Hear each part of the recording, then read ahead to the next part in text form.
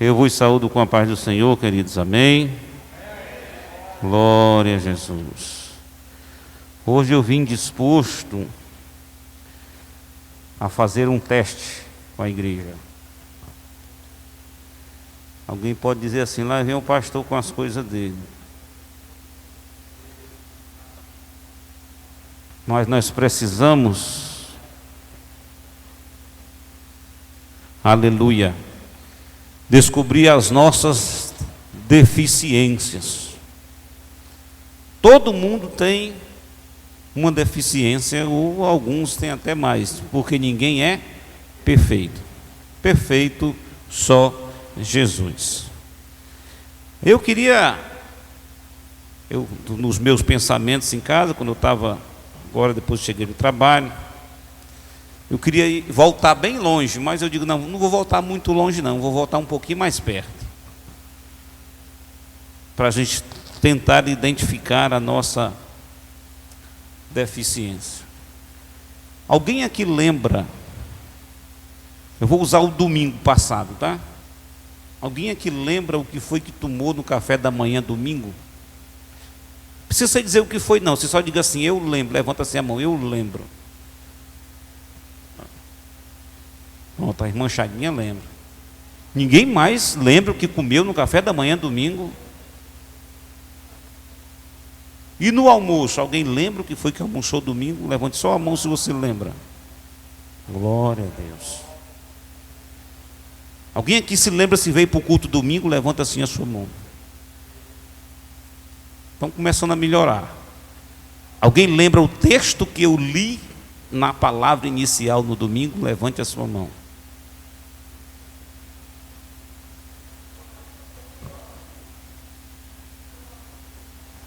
Lembra?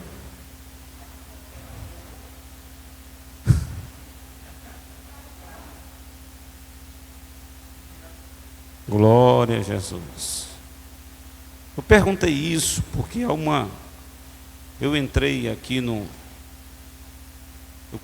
eu entrei numa página chamada Arminianos versus Calvinos. Todo dia tem uma confusão. Todo dia tem uma confusão. Uns querendo saber mais do que o outro. Fui até criticado por alguns, e eu abandonei o grupo porque a pergunta foi essa: por que que Deus transformou a mulher de Ló em sal e não transformou em outra coisa? Pergunta totalmente sem fundamento, Aí eu dei duas respostas. A primeira resposta foi porque eu acho que no tempo não existia o Colorado. Porque existem perguntas que não têm fundamentos, não traz edificação para a vida de ninguém. Aí eu completei e disse, daqui a pouco vão perguntar se o sal era grosso ou fino. Para que eu disse isso? Estou sendo bombardeado até agora, eu tenho certeza. A primeira pergunta que o cara fez para mim foi: se o senhor não tem fundamentos bíblicos, não entre na história. Eu digo, está longe de fundamento bíblico a pergunta. Porque pastor, o que isso tem a ver com as perguntas que o Senhor nos fez? Porque para nós basta a palavra, guardar a palavra. Guardei tua palavra no meu coração para não pecar contra ti. E eu perguntei porque eu acho que nem a palavra nós estamos guardando. Nós precisamos nos interessar mais por isso, de guardar, de absolver mais. Eu vou ler um texto aqui, estava tratando de confusão. Eu trouxe o mesmo texto que eu li, por isso que eu perguntei. O mesmo texto que eu li domingo na palavra inicial, é óbvio. E dos que aqui estão, poucos ainda estavam na igreja, né? A gente deu início às 18 horas, o culto, e alguns não estavam aqui ainda. Mas eu quero falar sobre o bom pastor. Agora vocês vão saber onde está, não é possível.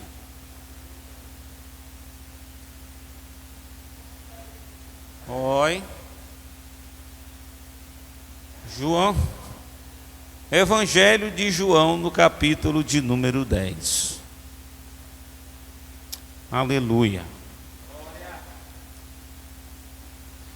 Tendo em vista que a Bíblia, de Gênesis a Apocalipse, ela é cristocêntrica, ela sempre vai nos apontar para Cristo, embora alguns não aceitem isso, mas o autor aos Hebreus falava que as sombras, das coisas passadas, elas se revelam agora nas futuras.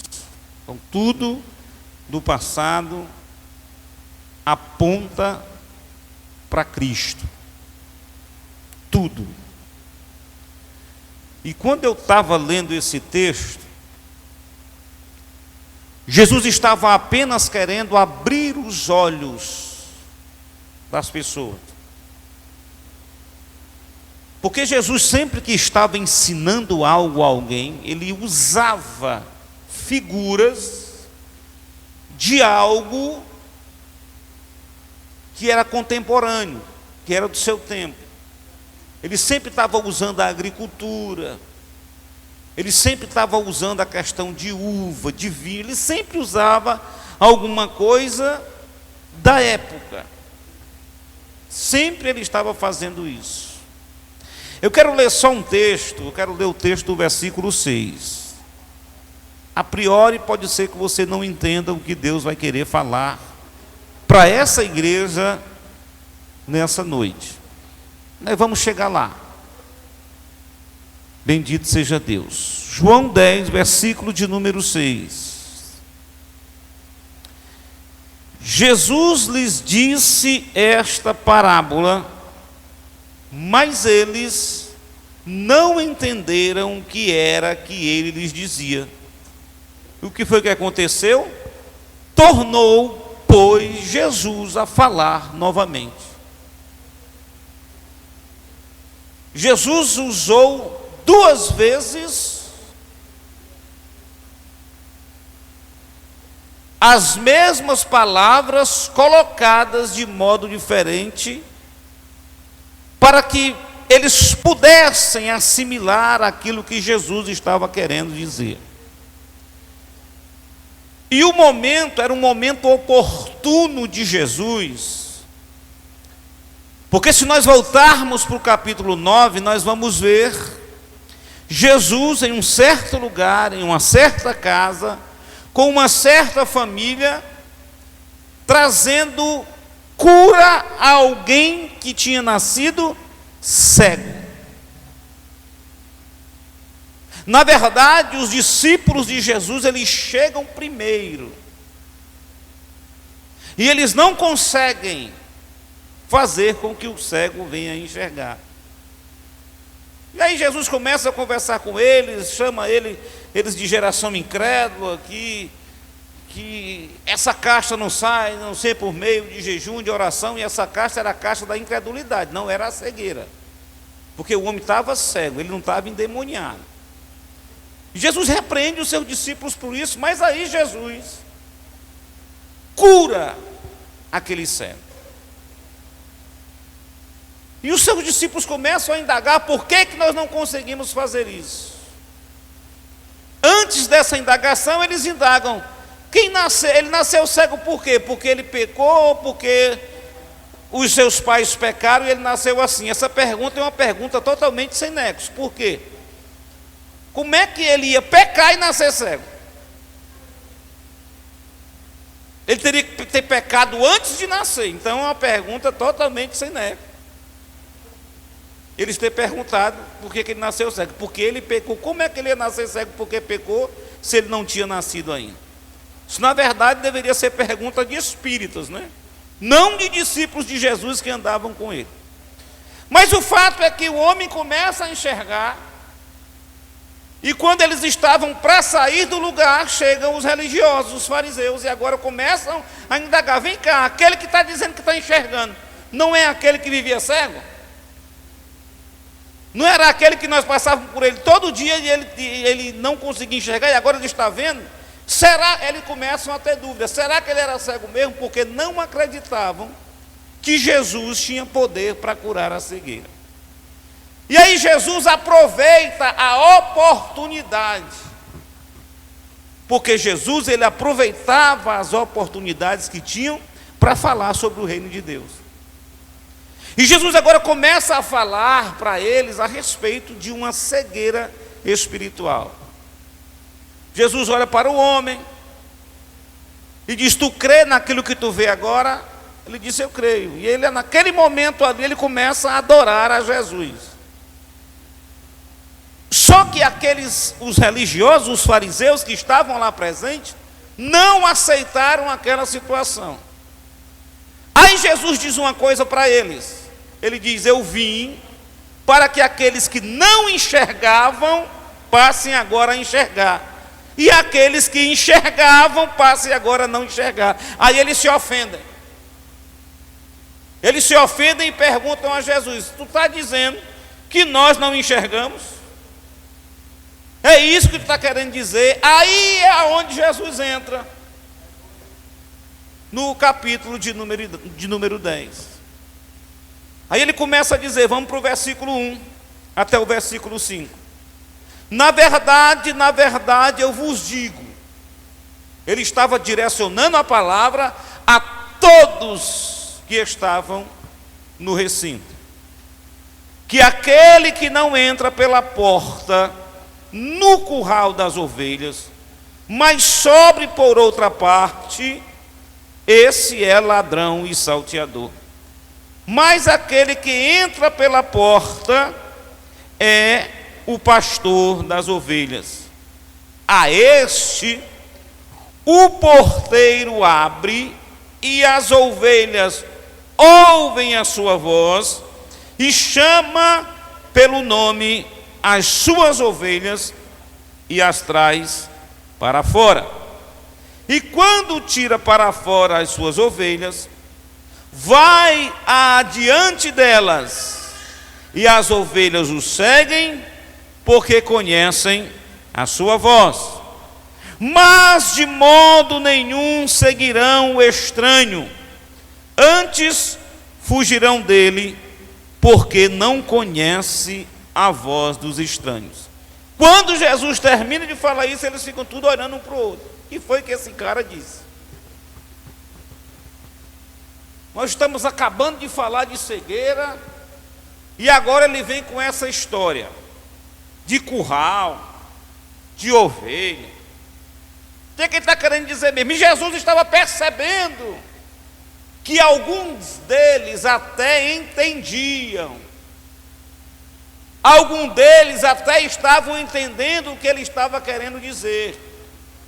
Aí Jesus, no versículo 6, como a gente leu primeiro, Jesus percebeu que eles entenderam, mas se fizeram de desentendido. Aí Jesus resolve agora simplificar a coisa.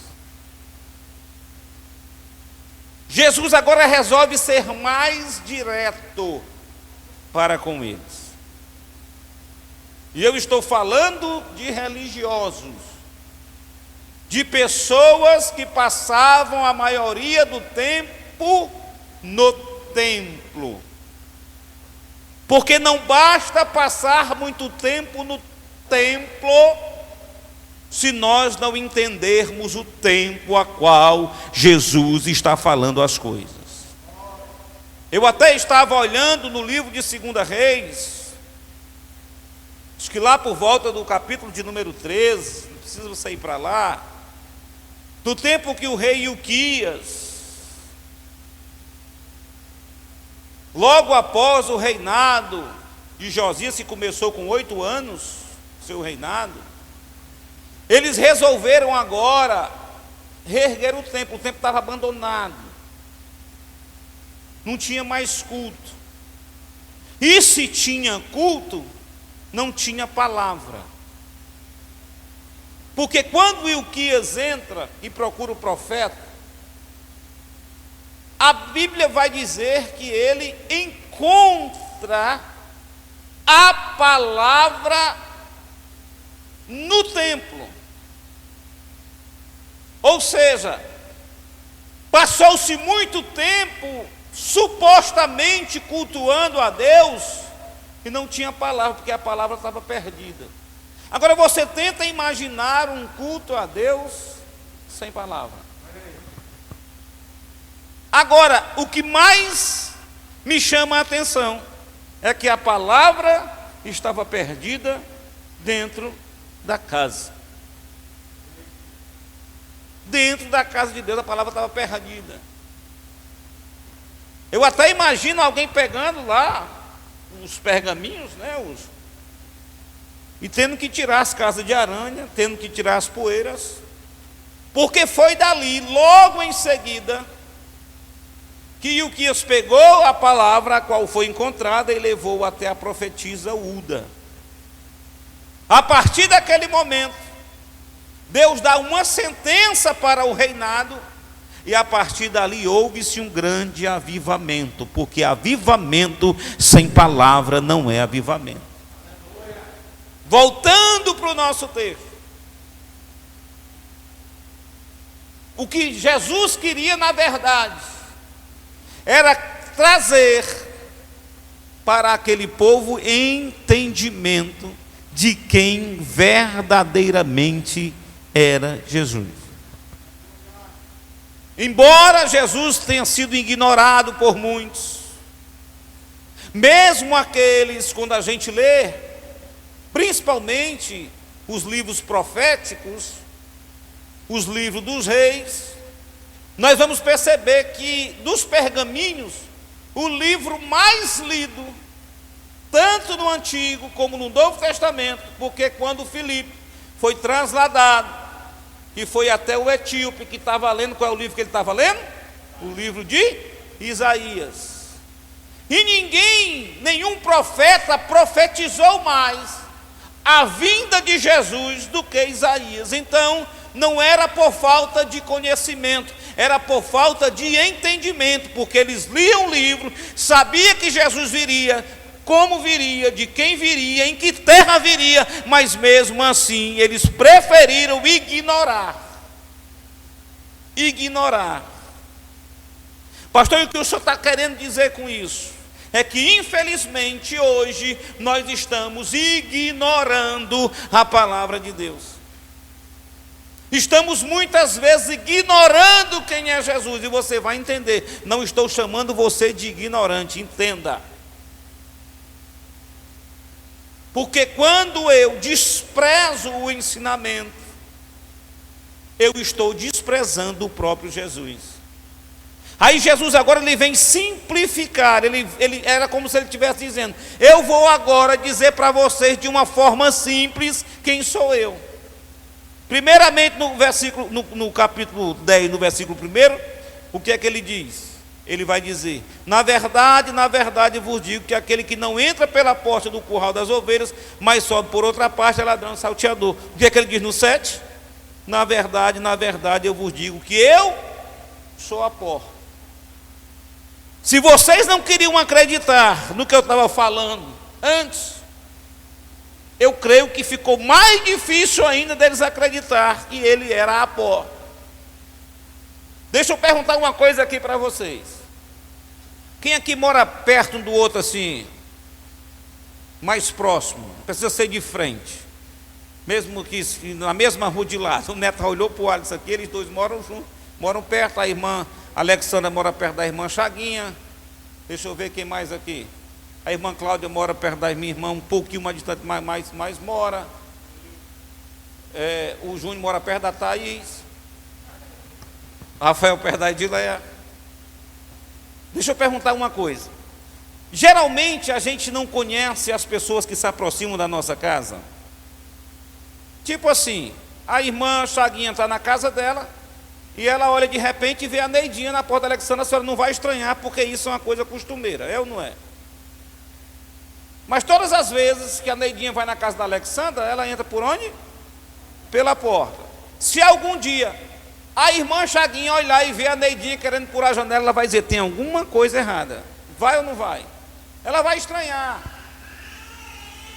O que eu estou querendo dizer com isso? Se o Alisson sai para fora e vê alguém que ele nunca viu chegar na casa do neto querendo pular o muro, o que é que ele vai estranhar.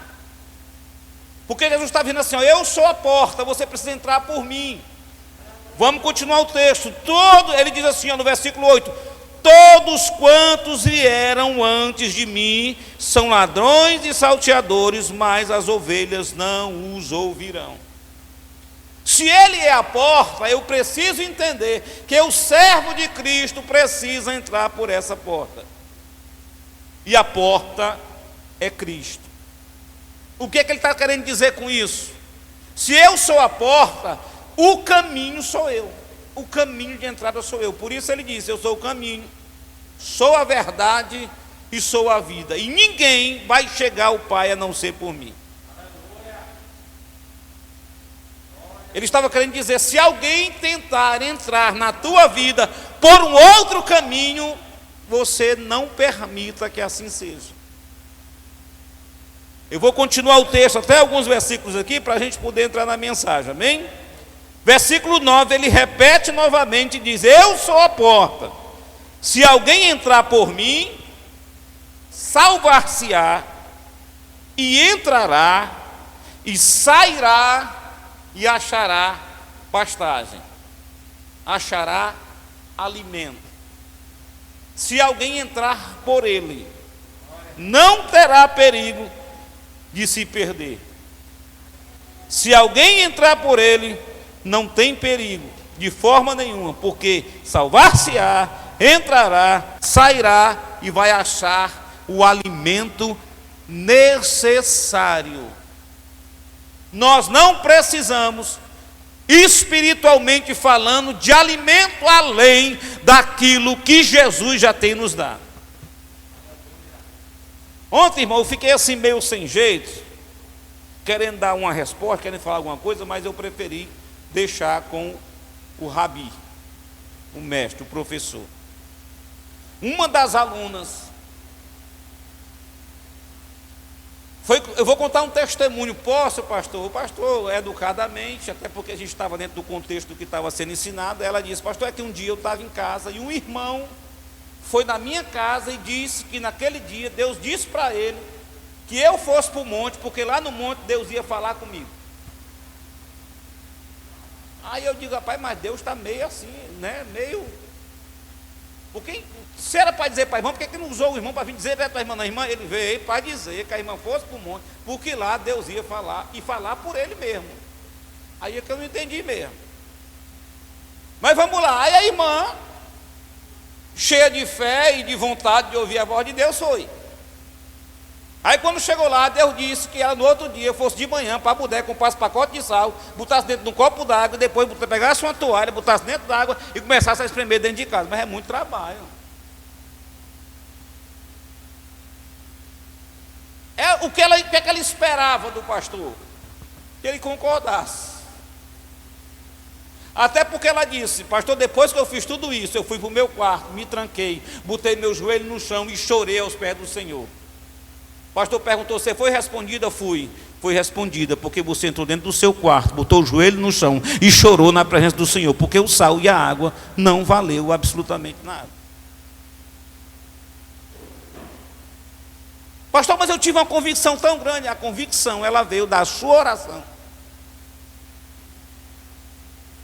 O que é que isso tem a ver com o contexto, pastor? Aquele que não entra pela porta. Porque Jesus disse, quem quiser ter vitória, precisa andar em frequente oração. É a oração. É a comunhão com o Pai. A porta é Jesus. E Jesus não ensinou isso para ninguém. Você pode ler a Bíblia por um todo e Jesus nunca vai chamar alguém para dizer que faça assim, assim, assim.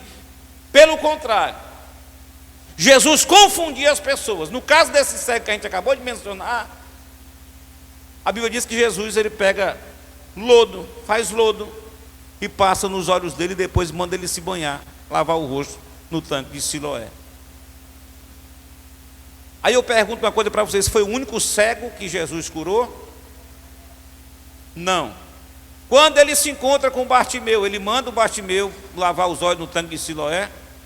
Não, ele apenas com a sua palavra diz: então veja. O que é que tu queres que eu te faça? Eu quero ver, então veja. Porque Jesus não repetia, Jesus não tornava as suas ações como ensinamento, de forma nenhuma. Pastor, e o senhor acha que isso não pode acontecer? Um dia Deus pode usar o Cassiano e dizer que se ele orar, depende da ocasião, depende dos elementos que nós vamos ter, mas a porta sempre será Jesus. Houve um momento que foram chamar Paulo para orar, o Paulo não foi e disse: leva só meu lenço e passa lá, que vai dar certo. Mas o Paulo fez isso uma vez. Porque Jesus sempre será a porta. A pergunta é: por qual porta nós estamos nos enveredando?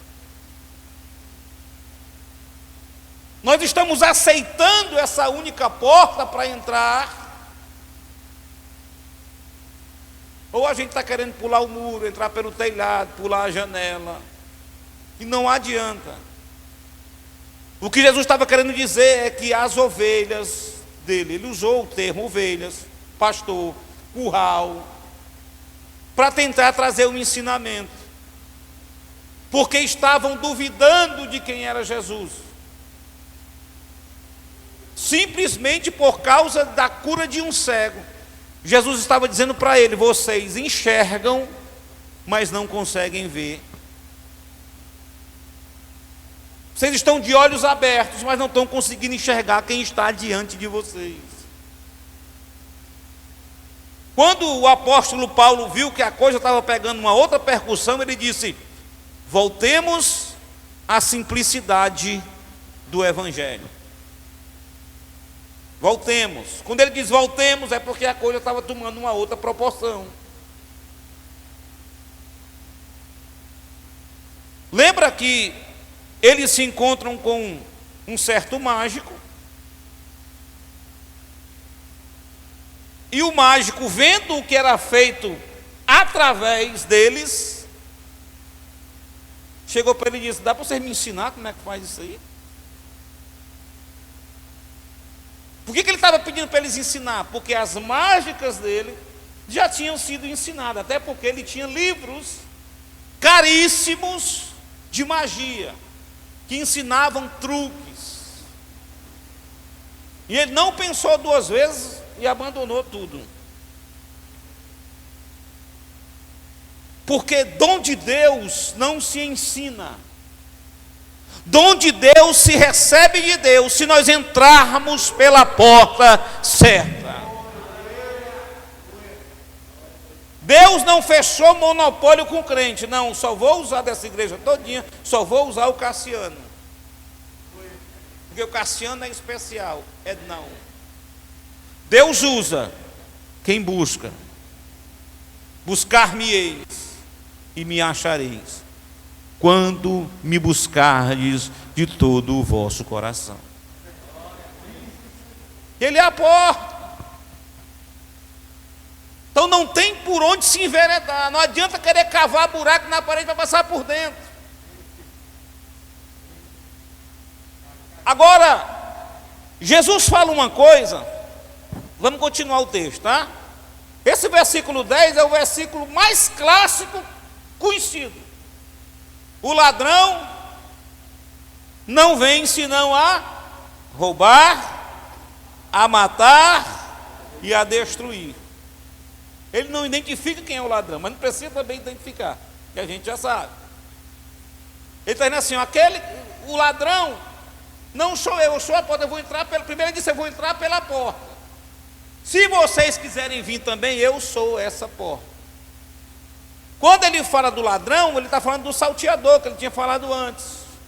O que não entra pela porta, até porque não tem como mais ele entrar pela porta, que é Jesus. Não tem como. Então ele veio para essas três coisas: roubar, para matar e destruir. Mas a porta, que é Jesus, veio nos mostrar o caminho.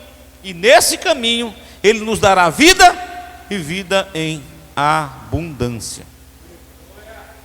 Ontem nós aprendemos uma coisa que infelizmente a gente, analisando a Bíblia, a gente precisa concordar. Hoje a maior guerra das redes sociais é contra os pastores neopentecostais, das religiões novas, né? Em 1977 surgiu a Igreja Universal. Em 1980 surgiu a Mundial, não, a do R. Soares, né? Aí depois foi ramificando, né? A Mundial, a Ducal, um monte, aí foi ramificando. Todos eles com uma mesma direção, aonde não tem mais a porta. Se você observar, a porta está fechada. Eles fecharam Jesus. Trazem tudo, todo tipo de salteador. Porque na verdade, Jesus lá no versículo de número 12, nós vamos ler o 11. Eu sou o bom pastor, ele diz, no 11. E o bom pastor dá a sua vida pelas ovelhas. No versículo 12 ele vai dizer, mas o mercenário, o que é um mercenário? O mercenário é aquele que trabalha por dinheiro, ele quer obter lucro. Ele está preocupado com a ovelha não, até porque a gente já viu alguns deles em alguns vídeos. Pega essa tua lata velha, menosprezando o que é teu. Pega essa tua lata velha, que isso não vale nada não, deixa aqui na igreja. Se não vale nada não, para que deixar na igreja? Não está valendo nada. Mercenário. É lata velha para ele, mas para você é o seu bem, é o seu carro, é uma bênção que Deus deixou na sua vida. E eles menosprezam. Porque qual é a intenção dele? Essa tua lata velha vai me valer alguma coisa. Infelizmente. Esses são os ladrões e salteadores que aqui, já educadamente, Jesus vai chamar de mercenário. Agora, existem dois elementos aqui. Ele diz, ó, mas o mercenário e o que não é pastor. Ele não está falando que os dois elementos são a mesma pessoa. É o mercenário e o que não é pastor, de quem não são as ovelhas. Porque na hora do perigo, na hora que a coisa fechar, apertar, ele vê vir o lobo, deixa as ovelhas e se manda. Diferente de Jesus. Nós precisamos saber identificar se estamos entrando pela porta ou qual é a porta, se é que existe outra, que nós estamos entrando, que nós estamos nos enveredando. Continuando o que eu estava falando, a questão do mercenário. É que algumas pessoas não são abençoadas, e a gente estava falando, na verdade, na hora do dizimista. Pastor, eu conheço pessoas que são dizimistas que vivem na miséria. Por quê? Porque elas estão usando o dízimo como moeda de troca. Vou dar para Jesus me dar mais. Por mais que algum texto da Bíblia nos afirme que virá. Por mais que a Bíblia afirme lá em Provérbios, capítulo número 3, versículo número 9, está dizendo tudo isso. Mas a forma que nós estamos fazendo é que está errada. É como barganha, eu vou te dar, mas tu vai ter que me dar. E Jesus e Deus não tem que dar nada, porque o que ele tinha de melhor, ele já nos ofereceu. Então por que eu faço, pastor? Quando eu aprender a fazer por gratidão. A gente aprendeu isso aqui muitas vezes na escola bíblica. Não sou dizimista para ser salvo. Sou porque fui salvo. Gratidão. Porque ainda tem aqueles ainda que a gente viu também as aberrações, que diz que dízimo leva para o céu. E olha que vocês sabem que eu não gosto de falar disso. Mas eu preciso dizer, não é uma regra para ir para o céu. Regra para ir para o céu é arrependimento, confissão. Me arrependo confesso, sou perdoado e entro pela porta para que eu seja salvo. Porque foi isso que ele nos ofereceu. E as bênçãos, pastor, as bênçãos são consequências. Consequências do nosso relacionamento com Deus. Por isso que eu gosto desse versículo do Salmo 119. Para guardar a palavra no coração, para não pecar contra o Senhor. De entender que a palavra ela é lâmpada para os meus pés e ela é luz para o meu caminho. Ter entendimento disso. Ele estava deixando bem claro: vocês estão desprezando aquele que podem levar vocês para o céu, porque vocês estão cegos espirituais. Ele estava dizendo: vocês estão olhando demais para a religião, para a religiosidade, para aquilo que a religião pode oferecer. O que a religião oferece? Heresia. A única coisa que a religião oferece é heresia. Torna-se religioso e começa a arranjar meios para levar a Deus. E o único caminho que leva a Deus é Jesus. E ele diz: eu sou a porta. Aquele que entrar por mim, salvar-se-á, entrará, sairá e vai encontrar o alimento necessário para a sua vida.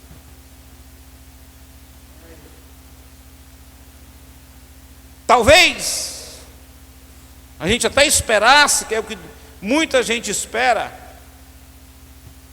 de um pregador, é que ele traga uma solução, uma fórmula mágica para a minha vida mudar. E alguns até, foi até falado aqui, não preciso nem falar mais. Alguns esperam até que alguém chegue e diga, que nem o Júnior foi para uma igreja uma vez, tinha um cara vendendo arca. Umas miniaturas de arca. Você compra essa arca que a sua vida vai mudar. Tá barato a gente ficar bem de vida, né? 100 conto só, já fica bem. Heresia. Aí ele não se sustentou com vender arca, ninguém comprou. Bota seu polegar aqui, a sua digital aqui nesse pano, que eu vou levar para Israel. Pode levar até para outro planeta, não vai acontecer nada. Vai levar para onde você quiser, nada vai acontecer. E isso é religiosidade. Caminhos, na verdade não são caminhos, são veredas que apresentaram para a igreja no longo do tempo. Dos 30 anos para cá começou a aparecer essa marmota. Aí as pessoas caem porque elas não sabem discernir o que é ser um homem de Deus e um homem usado por Deus, porque os dois são diferentes. Ciro, o libertador de Israel, era um homem de Deus? Foi um homem usado por Deus. E ele é conhecido como o libertador de Israel. Foi quem possibilitou o povo, convidou o povo. Quem quer voltar? Alguns não vieram, alguns ficaram lá, mas alguns vieram, com vergonha, mas vieram, para tentar reerguer a cidade de novo, reerguer o templo, para que começasse novamente a adorar a Deus. É um homem usado por Deus, nome de Deus. Quem já viu falar na Bíblia, foi até quem lançou essa Bíblia, foi um pastor muito, eu não queria dizer o nome não, mas eu vou dizer, pode ser que alguém lembre o nome da Bíblia. Foi o Silas Malafaia que lançou essa Bíblia. Era tipo assim: Bíblia é alguma coisa, o caminho para a prosperidade. Aí as pessoas começaram a comprar, não é porque tinha o nome Bíblia, era por causa do caminho para a prosperidade. Até porque não foi ele que escreveu a Bíblia, foi o Miles Monroe, aquele que disse que era só pegar o telefone, ligar para ele, depositar 900 conto na conta dele, que Deus ia começar a derramar a bênção. Pastor, isso aconteceu, porque eu vi, eu assisti, eu vi a entrevista, eu vi os dois juntos e o Silas Malafaia apoiando ele para fazer isso. Então a Bíblia que ele lançou dizia isso. É o caminho, eu estou falando do caminho para a prosperidade, mas é um negócio mais pesado ainda. Eu vou procurar o nome bem direitinho para trazer para vocês. Bíblia é sagrada, não tem acréscimo de coisas. O que é sagrado, Jesus deixou bem claro: aquele que alterar ou aquele que diminuir, aquele que tirar ou aquele que botar, porque a palavra de Deus ela é pura, ela é escudo para todo aquele que nela crê. Então não tem enfeite. O conteúdo que é a palavra já é o suficiente para que nós tenhamos uma vida arraigada na presença do Senhor. Não precisamos ir além disso. Não precisamos. Ele disse: eu sou a porta. Deixa eu ler um pouquinho mais. Deixa eu descer mais um pouquinho aqui. Glória a Jesus. Escute isso aqui. Versículo 13. Ora, o mercenário foge, porque é mercenário e não tem cuidado das ovelhas. Agora, o mais forte ele vai dizer agora no versículo 14. Eu sou o bom pastor e conheço as minhas ovelhas, e das minhas sou conhecido. Quem conhece a Deus não fica confundido. Quem conhece a Deus de verdade não precisa andar atrás de outro. No dia que João Batista, estando preso, teve uma dúvida no seu coração, ele chama 2 dos seus discípulos, vão lá onde ele está e pergunta a ele se é ele mesmo ou vou ter que esperar um outro. Eles chegam até Jesus. Jesus é o seguinte: o João mandou nós vir aqui perguntar se tu é o Jesus mesmo, é o ungido mesmo, se tu é o filho da Maria mesmo, se tu é o prometido mesmo, se tu é o Cristo mesmo, ou a gente vai ter que esperar outro. Jesus não manda, não enche o peito, cheio de arrogância, diz lá que é eu mesmo e pronto. Ele disse: não, diz lá só a João que os cegos continuam enxergando, que os deficientes continuam andando, os surdos agora continuam ouvindo, os mudos continuam falando, e esse evangelho continua sendo pregado aos pobres. Essa foi a resposta de Jesus. Agora eu te pergunto: Jesus sabia ou não sabia o que ia acontecer com ele? Sabia. Jesus estava dizendo assim: João, o teu chamado termina aí. Se contém com isso, filho. Não precisa tu passar disso aí, não. A gente sabe da história. Pediram a cabeça dele numa bandeja. Pastor, e quem serve a Jesus sofre? Lê a biografia dos apóstolos, dos grandes homens de Deus, que você vai saber.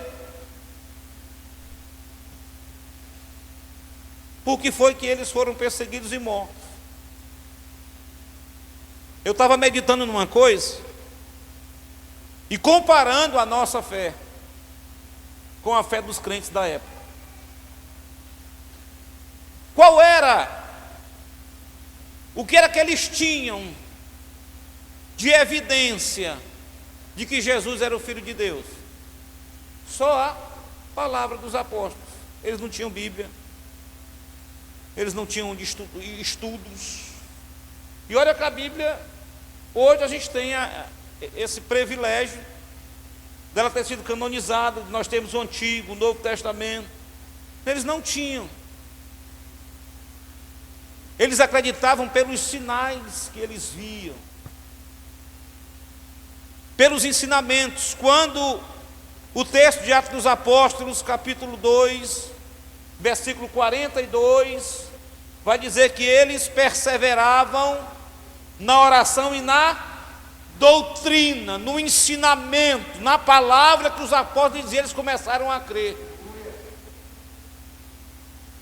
Quando a gente lê o capítulo de número 3, a gente encontra um Pedro